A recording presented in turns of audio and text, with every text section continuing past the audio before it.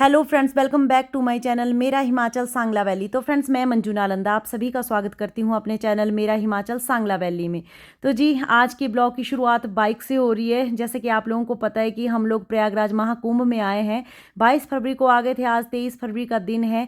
तो बेला कछार पार्किंग में हमारी गाड़ी पार्क हुई है। वहाँ से हम इस स्कूटर के ऊपर इन भाई साहब के साथ बैठ कर जा रहे हैं त्रिवेणी संगम की ओर। जो हमारी गाड़ी जहाँ पार्क हुई है वहाँ से त्रिवेणी संगम का जो यानी कि जहाँ तक ये गाड़ी जाएगी, स्कूटर जाएगा, वहाँ तक का सफ़र है 6 या 7 किलोमीटर का, जो हमें इस स्कूटर से तय करना है। और वॉइस ओवर करनी पड़ रही है क्योंकि यहाँ बहुत शोर था। मैं बोलने की पूरी कोशिश कर रही थी लेकिन बहुत ज़्यादा आवाज़ें थी गाड़ियों की, जिस वजह से मुझे अपने ब्लॉग की शुरुआत वॉइस ओवर करके ही करनी पड़ रही है।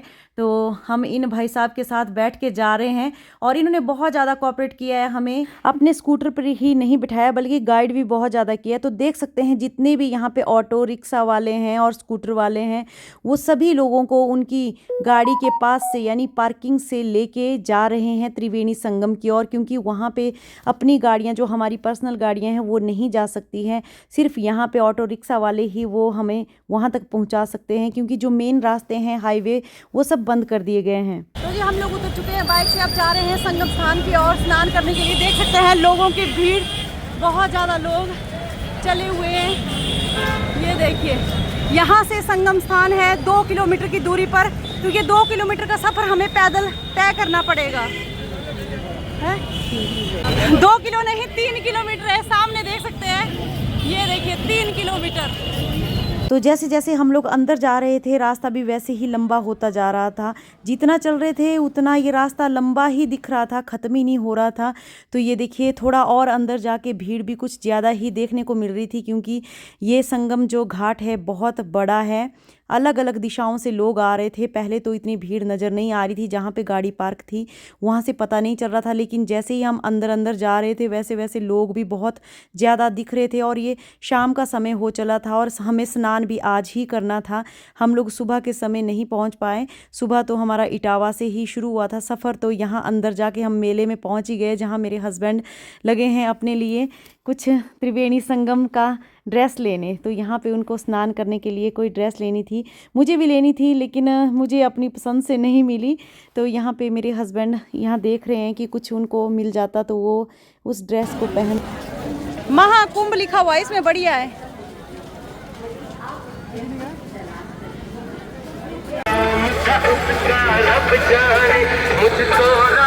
तो जैसे ही थोड़ा और आगे बढ़े तो यहाँ एक लड़की इस रस्सी के ऊपर बिना कुछ पकड़े चली हुई थी, इस डंडे के सहारे। तो अब हमें लग रहा था कि नहीं, हम सच में ही महाकुंभ में पहुँच चुके हैं प्रयागराज में। तो इस तरह से हम लोग फिल्मों में ही देखते थे, ये सब कलाकारियाँ आज अपनी आंखों के सामने यहाँ पे देख रहे हैं। और जैसे ही थोड़ा आगे बढ़े तो ये देख सकते हैं इतना बड़ा गेट, जिसके नीचे से हम लोग जा रहे हैं। यहाँ लिखा था गंगा मैया को स्वच्छ रखें। तो यहाँ पे हमने सोचा हम पहुँच गए हैं, लेकिन अभी भी नहीं पहुँचे थे। तो देख सकते हैं कितनी ज़्यादा भीड़ आगे भी देखने को मिल रही है और सब लोग अपने अपने परिजनों को किस तरह से पकड़े हुए, देख सकते हैं आगे की लेडीज़ अपने हस्बैंड के पीछे टी शर्ट को पकड़ के किस तरह से जा रहे थे। और कुछ लोग एक कपड़े को लेके पूरी लाइन बनाते हुए जा रहे थे। ये देखिए किस तरह से सब ने एक पटके को पकड़ा हुआ है, अपने अपने जो साथ वाले थे उनको इस तरह से बांध के वो चले हुए थे, ताकि कोई इधर उधर ना भटक जाए, कुंभ के मेले में गुम ना हो जाए। तो ये सब देख के बहुत अलग लग रहा था, क्योंकि पहली बार मैंने ये सब देखा है और पहली बार ही मैं कुंभ मेले में आई हूँ। कुंभ मेले तो बहुत बार आए हैं मेरी ज़िंदगी में, लेकिन ये महाकुंभ पहली बार आया है सबकी ज़िंदगी में। तो आज मैं पहली बार इस महाकुंभ में आई हूँ। कुंभ में मैं कभी नहीं गई हूँ। तो मैं भी अपने हस्बैंड का हाथ पकड़ के जा रही थी कि जिस तरह से लोग एक दूसरे को पकड़ के जा रहे हैं, कहीं गुम ना हो जाए। तो मैं भी सोच रही थी कि कहीं हम भी एक दूसरे से ना बिछड़ें। तो मेरे हस्बैंड ने यहाँ पे महाकाल की, उनको एक बहुत अच्छी टी शर्ट मिली, उन्होंने वही पहन ली और बहुत खुश हो रहे थे कि उनको इस तरह से एक टी शर्ट मिल गई है। और काफ़ी समय से ये ढूंढ रहे थे अपनी पसंद से कि उनको इस तरह से लिखा हुआ मिल जाए। और सामने देख सकते हैं बहुत बड़ा गेट एक और आ गया है, जहां हमने फिर सोचा कि हम पहुंच गए हैं त्रिवेणी संगम में, लेकिन रास्ता अभी भी बहुत लंबा था। थोड़ा और आगे जाके आप लोग देख सकते हैं पूरी पुलिस फोर्स किस तरह से खड़ी है, सब लोगों को गाइड कर रही है यहाँ पे। तो हमने भी पूछा कि त्रिवेणी संगम घाट किस तरफ है, कहाँ जाना है, ख़त्म ही नहीं हो रहा है रास्ता। तो अच्छी तरह से गाइड कर रहे थे सब लोगों को, और किस तरह से वो अपनी ड्यूटी को यहाँ पे दे रहे थे दिन रात, ये उन्हीं का ही दिल जानता है। हम लोग तो जा रहे थे, नहा रहे थे, आ रहे थे, लेकिन वो जो यहाँ पे दिन रात अपनी सेवाएं दे रहे हैं, चाहे वो रिक्शे वाले हैं, चाहे पुलिस वाले हैं, चाहे दुकान वाले हैं, चाहे कोई भी है, जो अपनी सेवा यहाँ पे इतने मन से दिल लगा के यहाँ पे कर रहे हैं, वो उन्हीं का ही दिल जानता है कि वो किस तरह से यहाँ पे। बोलने वाले तो बहुत कुछ बोल गए कि हमें इतना घुमा दिया, उतना घुमा दिया, लेकिन इतनी भीड़ को काबू करना भी किसी खालाजी का बाड़ा नहीं है। त्रिवेणी संगम में जहाँ पे 60 करोड़ से भी ज़्यादा लोग यहाँ पे स्नान करने पहुँचे हैं, और 40 करोड़ तो कम से कम आ ही चुके थे, बल्कि 20 करोड़ और आने वाले थे जब हम लोग यहाँ पे पहुँचे थे। तो इतने लोगों ने यहाँ पे इस घाट पर आकर स्नान किया है। बहुत भारी मात्रा में लोग इस कुंभ में, महाकुंभ में नहाने के लिए पहुँचे हैं। तो देख सकते हैं हम लोग फाइनली पहुँच ही गए हैं त्रिवेणी घाट में, त्रिवेणी संगम घाट में। और यहाँ पे बहुत से लोग डुबकियाँ लगा रहे हैं, और कोई जा रहे हैं, कोई आ रहे हैं। तो हम भी सोच रहे हैं कि कहाँ जैसे हम भी डुबकी लगाने के लिए पहुँचे। दूर दूर तक लोग देख सकते हैं किस तरह से वहाँ पे डुबकियाँ लगाने के लिए पहुँचे हुए हैं। तो यही है त्रिवेणी संगम घाट, जहाँ गंगा, जमुना और माँ सरस्वती का मिलाप हुआ है। तो आप सब लोग इस त्रिवेणी संगम के दर्शन कर लीजिए। और आज हम भी यहाँ पे आस्था की डुबकी लगाने जा रहे हैं। तो यहाँ पे हमने सोचा था कि हम दोनों एक साथ डुबकी लगाएंगे, लेकिन ऐसा करना यहाँ पे बहुत मुश्किल था, क्योंकि एक आदमी सामान पकड़ सकता था और दूसरा आदमी यहाँ पे स्नान कर सकता था। तो धूप भी, यानी कि सूर्यदेव भी अस्त होने वाले थे, तो इसलिए हमने सोचा जल्दी जल्दी से पहले स्नान किया जाए, बाकी तो सब बाद में भी हो जाएगा।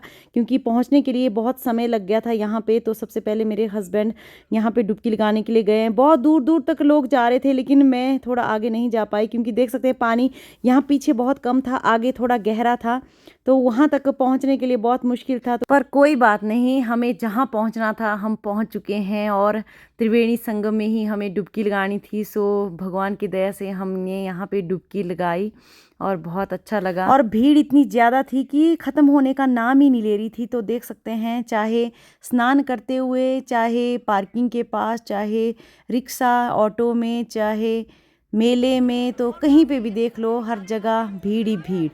तो इसके बाद अब मेरे हस्बैंड का स्नान हो गया है, अब मैं स्नान कर लेती हूँ। तो मैंने सामान उनके पास दे दिया, और अब मैंने सोचा मैं भी कर लेती हूँ, क्योंकि सूर्य अस्त होने के लिए बस कुछ ही समय बच गया था। थोड़ी ही देर में सूर्य अस्त हो जाने वाला था। तो हमने सोचा सूर्यास्त होने से पहले पहले अगर हमारा स्नान हो जाता है तो बहुत अच्छी बात है, नहीं तो हमें कल सुबह का इंतज़ार यहाँ पे करना पड़ता। तो सबसे पहले सूर्य देव को जल अर्पित, उसके बाद माँ गंगा में अपने आप को समर्पित। तो कुछ इस तरह से यहाँ पे मेरी डुबकी भी लगी। बहुत अच्छा लगा। पानी कम था, जिस तरह से लगानी थी वैसे नहीं लगा पाई, पर चलो कोई बात नहीं। सूर्यास्त होने से पहले ये डुबकी लगानी बहुत ज़रूरी थी। तो यहाँ पे अब मैं ढूंढ रही हूँ माँ गंगा का आशीर्वाद कुछ मिल जाए। कहते हैं कि माँ गंगा के जो जल के अंदर कुछ मिल जाता है, कुछ भी, जैसे एक सिक्का ही मिल जाए। कहते हैं माँ गंगा का आशीर्वाद मिल जाता है, लेकिन बहुत ढूंढा, कुछ भी नहीं मिला। पर ऐसे ही सोच के मन में रखा कि चलो कोई बात नहीं, थोड़ी सी मिट्टी ही सही माँ गंगा की कपड़ों में आ गई है, वही बहुत है आशीर्वाद के रूप में। तो इसके साथ ही मैंने स्नान करने के बाद सूर्यास्त होने से पहले माँ गंगा के लिए दीपक यहाँ पे जलाया। और इसके बाद जो हुआ वो भी आप लोगों को बताती हूँ कि मेरी एक चप्पल जो पानी में तैरते हुए मुझ तक पहुँच गई। तो ये देखिए, मैंने पहचाना कि ये चप्पल कहाँ से आ गई। अपने हस्बैंड को दिखा रही थी, उनको कहा था कि पैर के नीचे दबा के रखना अपने, लेकिन उनको ध्यान ही नहीं आया। वो चप्पलें पता नहीं कहाँ कहाँ से निकल के भटक के पहुँच रही थी, क्योंकि इतनी ज़्यादा भीड़ थी कि सबका सामान इधर उधर उथल पुथल हो गया था। पता ही नहीं चल रहा था कि किसका सामान कहाँ रखा था। अगर यहाँ रखा हो सामान तो दूसरी बार वहाँ पे नहीं मिलता था, इस तरह से गुम हो जाता था। तो यही था महाकुंभ का महास्नान, शाही स्नान।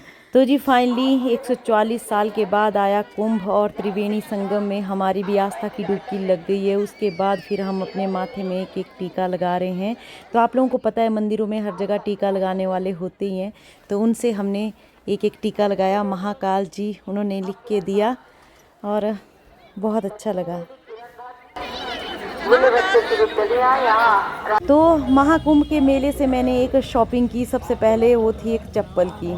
तो आप लोगों को पता है महाकुंभ में मेरी एक चप्पल खो गई थी और ये चप्पल मैंने ली है यहाँ से, और दूसरी चप्पल सामने देख सकते हैं यहाँ पे छोड़ के जा रही हूँ, क्योंकि एक चप्पल मेरी वहीं पे गुम हो गई। तो मैंने सोचा दूसरी को वहीं छोड़ना ठीक रहेगा, बेचारी मिल जाएगी तो यहीं पे मिलेगी, नहीं तो बिछेड़ देंगी, एक को ले आऊँगी एक को वहाँ रखूँगी, अच्छा नहीं लगेगा। और बहुत से फॉलोवर की ये कमेंट भी आ रही थी कि बहुत अच्छा होता है अगर चप्पल कहीं वहाँ पे गुम हो जाए मेले में, बहुत शुभ होता है। तो भगवान की दया से ये इत्तेफाक से हो गया, अचानक से हो गया कि मेरी चप्पल अचानक से वहाँ पे छूट गई, नहीं तो बहुत मुश्किल होता है, इस तरह से हम जानबूझ के नहीं करते हैं। तो अब ये हमारा वापसी का सफ़र है, हम लोग जा रहे हैं वापस, और वापस जाते हुए भी देख सकते हैं श्रद्धालुओं की भीड़। तो बहुत ज़्यादा लोग स्नान करके वापस आ रहे हैं और बहुत से लोग अभी भी जा रहे हैं, रात भर ये स्नान चलता रहेगा। तो जी फाइनली हम लोग संगम में, त्रिवेणी संगम में आस्था की डुबकी लगा के पहुंच चुके हैं। वापस अब जा रहे हैं वापस अपनी गाड़ी की तरफ। काफ़ी पैदल चलना पड़ रहा है और भीड़ भी अभी शाम को बहुत ज़्यादा हो गई है, बहुत भारी मात्रा में। अंधेरा भी हो गया है, भीड़ भी हो गई है, कुछ आ रहे हैं कुछ जा रहे हैं, ऐसे चला हुआ है। तो देख सकते हैं कोई चढ़ाई चढ़ रहे हैं, कोई उतराई उतर रहे हैं।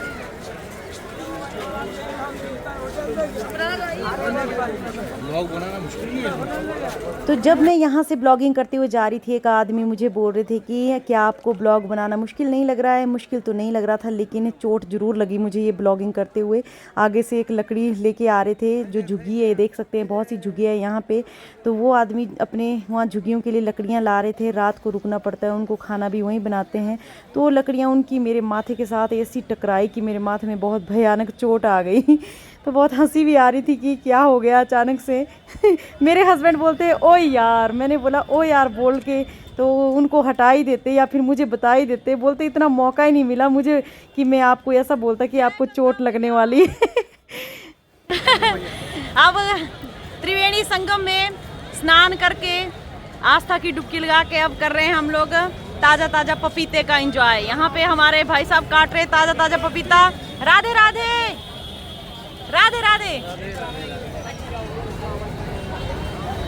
तो जब अभी हम लोग गाड़ी में सफ़र कर ही रहे थे महाकुंभ में जाने का, तो मुझे एक शॉर्ट वीडियो में एक कमेंट आई थी फॉलोवर की कि जाते हुए तो आप बहुत अच्छे से चमक धमक के जा रहे हैं, आते हुए की फ़ोटो भी ज़रूर दिखाइएगा। तो ये है आते हुए की फ़ोटो, वो भी सच बोल रहे थे। और यहाँ पे वही देखने को मिल रहा था कि बहुत ज़्यादा धूल थी। बाइक पर हम लोग यहाँ तक पहुँचे हैं और रोड से इतनी ज़्यादा धूल थी कि पूरे बालों का भी बुरा हाल था, और मेरे हस्बैंड का भी यही हाल था। तो जिस स्कूटर पर हम लोग जाते हुए गए थे उसी स्कूटर में वापस भी आए। हमने उनका फ़ोन नंबर ले लिया था कि आपके ही स्कूटर में हम वापस जाएंगे। तो जी फाइनली सेफली हम लोग पहुंच गए अपनी पार्किंग के पास, और बहुत अच्छा हमारा त्रिवेणी संगम में स्नान हुआ है, बहुत मज़ा आया।